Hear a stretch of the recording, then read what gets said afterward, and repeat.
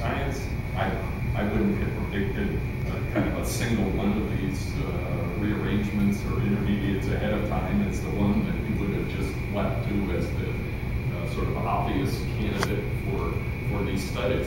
So, Laura, tell us a little about what you've been up to. So I hope it's not too dark. So I'm going to talk to you guys today about one of sort of the systems that I've been working on, the 3-benzothioneidase of the day specifically. But first, so I grew up in St. Louis, Missouri, and then went up a little further north to Truman State University for my undergrad, so it's a small town in rural Missouri, before following some great people up here in Madison. So I've been hearing a lot about it from Eric Patterson that I worked for, and then from Jess, who came here. And next, I am heading down to Chicago next week to teach at Roosevelt University. So I'll be teaching organic chemistry there. So it's kind of making a nice little loop around the Midwest.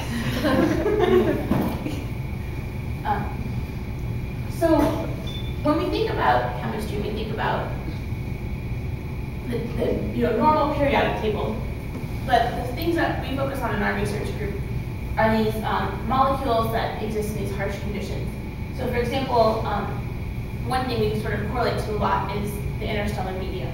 And when you think about chemistry in outer space, you're really limited to a much fewer number of atoms.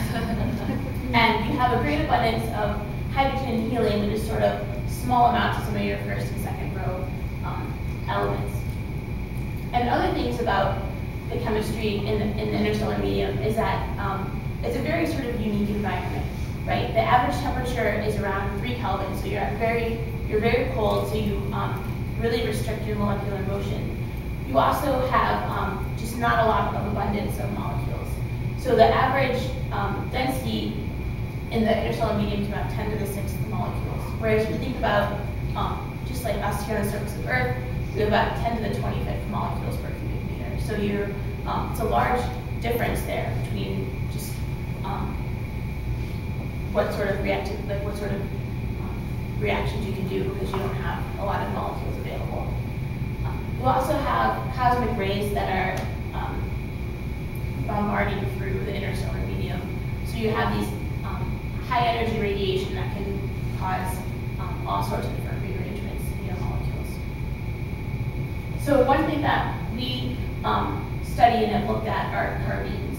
And so I know that a lot of people aren't really familiar with carbene chemistry.